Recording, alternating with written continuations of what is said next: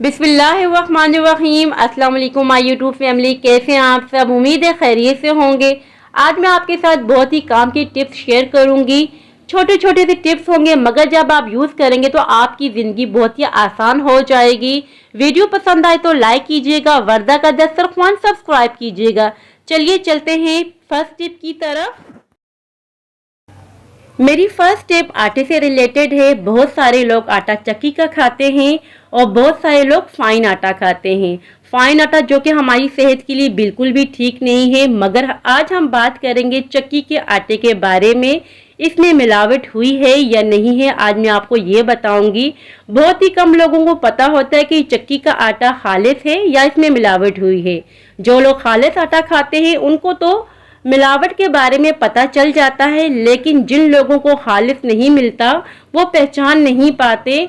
हम लोग भी चक्की का आटा यूज़ करते हैं।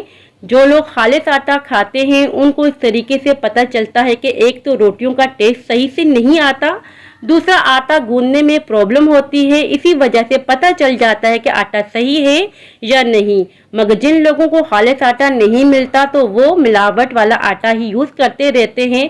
तो आज मैं आपको चक्की का सही आटा है या नहीं एक बहुत ही ज़बरदस्त टिप बता रही हूँ। और अब मैं आपको चेक करने का तरीका बता देती हूँ। एक बोल में थोड़ा सा हमने आटा ले लिया है और एक गिलास से थोड़ा कम पानी हमें चाहिए होगा। 1 टेबल स्पून के बराबर हम आटा पानी के अंदर डाल देंगे और अच्छी तरीके से मिक्स करते जाएंगे।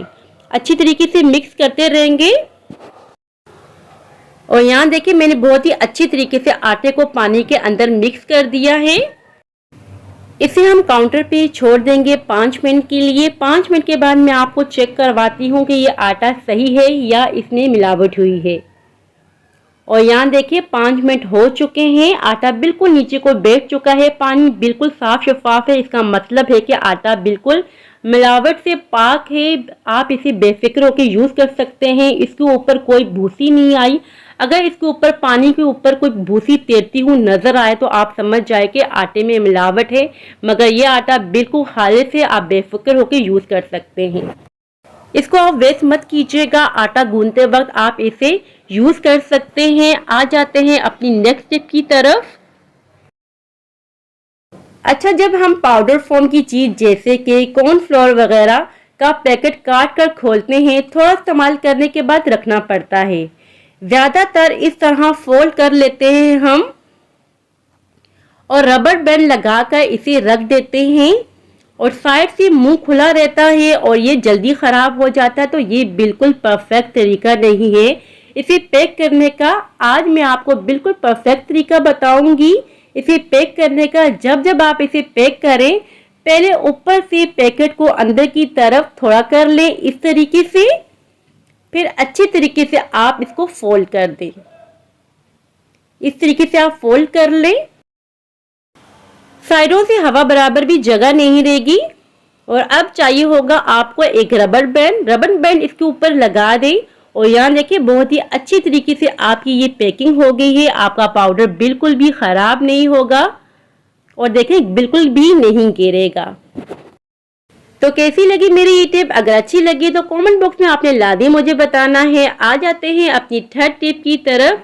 आजकल जैसे कि सर्दियों का मौसम है, सर्दियों के मौसम में हमें सॉक्स की बहुत ही ज़्यादा ज़रूरत होती है। मगर एक सॉक्स तो हमें मिल ही जाता है, हम हाथ में लिए लिए फिरते हैं, मगर दूसरा सॉक्स हमें नहीं मिलता। तो आज मैं बहुत ही आसान इसका हल लेके आई हूँ। इस तरीके से आपने फोल्ड कर देना है दोनों सॉक्स को और अंदर की तरफ आपने इस तरीके से कर देना है फोल्ड। आप वीडियो में देख सकते हैं कितनी आसानी से ये फोल्ड हो चुका है। अंदर की तरफ एक गोलू मोलू सा बन चुका है। जहाँ भी आप ये सॉक्स रखेंगे आपको बहुत ही आसानी से मिल जाएंगे और जगह भी बहुत ही कम लेंगे। मैं दोबारा से आपको बिल्कुल परफेक्ट तरीके से करके बता रही हूँ। इस तरीके से आपने दोनों सॉक्स को फोल्ड कर देना है हाथों की मदद से और सॉक्स को हाथों में उठा के इस तरीके से आपने अंदर की तरफ कर देना है एक सॉक्स को दूसरे सॉक्स के अंदर। बहुत ही आसान ये टिप है और ये बहुत ही अच्छा तरीका है।